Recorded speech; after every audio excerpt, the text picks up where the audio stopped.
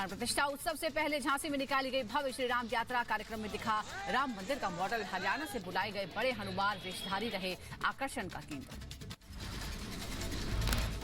रायबरेली में दिखा राम भक्ति का अनोखा नजारा। साधु सिर की चोटी से खींच रहे राम रथ। इस दौरान भारी संख्या में लोगों ने उनका स्वागत किया।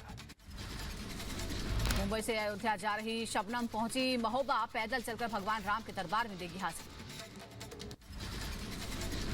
जर्मन गायिका कैसेंड्रा माई स्पिटमैन ने गाया भक्ति गीत राम आएंगे। भजन की उनकी भावपूर्ण प्रस्तुति सोशल मीडिया पर तेजी से वायरल हो रही है। दिल्ली से अयोध्या जा रही फ्लाइट में दिखा भक्तिमय माहौल। टेक ऑफ से पहले जय श्री राम के नारों के साथ हुआ शंखनाद। अयोध्या में प्राण प्रतिष्ठा की तैयारी में जुटा प्रशासन। श्री राम मंदिर के प्रवेश द्वार पर लगाए जा रहे हैं टायर क्लियर स्पीड ब्रेकर। किसी भी तरह के जाम और अव्यवस्था को रोकने के लिए किए जा रहे प्रयास। बीजेपी विधायक बाबा बालकनाथ का राम को लेकर कांग्रेस पर निशाना। कहा जो राम को नहीं मानते उनसे क्या अपेक्षा की जा सकती है। कांग्रेस अपने वास्तविक स्वरूप में ही है, क्योंकि वो राम को मानते नहीं है। जो राम को नहीं मानते तो राम के बारे में उनसे आप क्या अपेक्षा कर सकते हैं। उत्तराखंड से आई पवित्र गंगा जल कलश यात्रा का शाहजहांपुर में हुआ भव्य स्वागत। हरिद्वार से अयोध्या जा रही कलश यात्रा। यूपी के अम्बेडकर नगर में प्राण प्रतिष्ठा को लेकर लोगों में अपार उत्साह है। जगह जगह हो रहे हैं धार्मिक आयोजन। बनारस से स्केटिंग करते हुए अयोध्या जा रही सोनी चौरसिया। कहा यह सौभाग्य की बात कि काशी की बेटी को राम मंदिर प्राण प्रतिष्ठा में शामिल होने का निमंत्रण मिला है।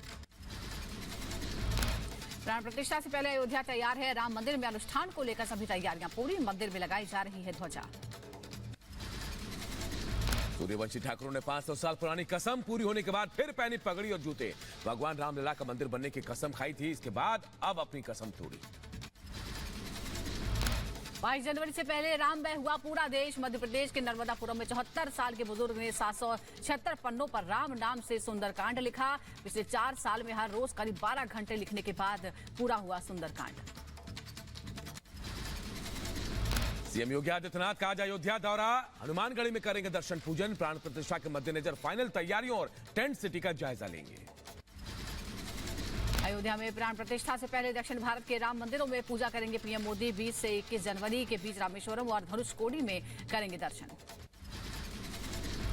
असम की हिमंता बिस्वा सरकार ने भी प्राण प्रतिष्ठा के लिए 22 जनवरी को आधे दिन की छुट्टी का ऐलान किया। दोपहर 2:30 बजे तक सरकारी कर्मचारियों की रहेगी छुट्टी। छत्तीसगढ़ के सीएम विष्णु देव साय का बड़ा बयान। कहा सरकारी संस्थानों में 22 जनवरी को दोपहर 2:30 बजे तक रहेगा अवकाश।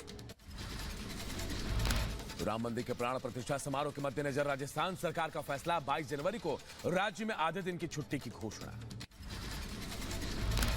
प्राण प्रतिष्ठा के दिन सरकारी कर्मचारियों के आधे दिन की छुट्टी पर एआईएमआईएम अध्यक्ष ओवैसी ने उठाए सवाल। कहा केंद्र सरकार तुष्टिकरण कर रही है।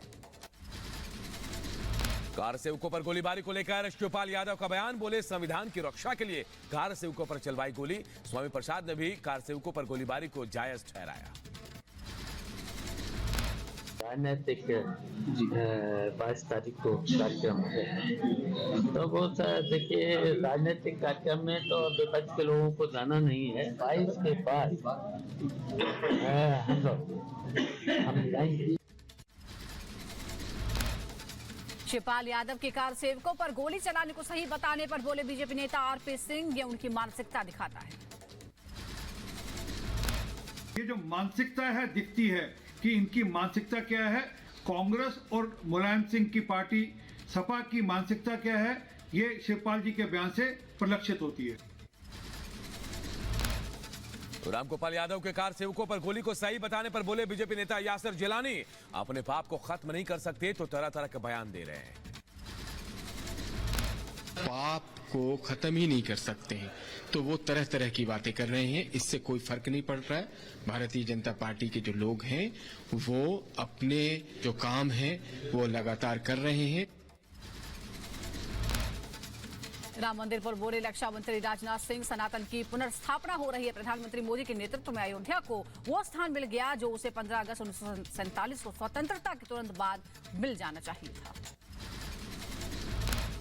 आज प्रधानमंत्री मोदी जी के नेतृत्व में अयोध्या को वह स्थान मिल गया है जो उसे 15 अगस्त 1947 को स्वतंत्रता के तुरंत बाद मिल जाना चाहिए था।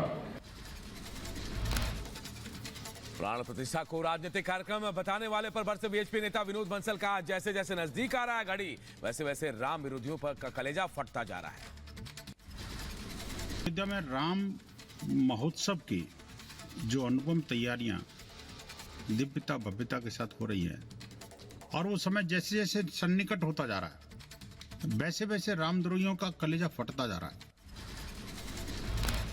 हरियाणा के गृह मंत्री अनिल विज का बयान, विपक्षी दल शुभ काम में बाधा पहुंचाना चाहते हैं। कांग्रेस का नाम लिए बिना कहा जिसमें देश की आस्था, उस दिशा में कभी कदम नहीं उठाया।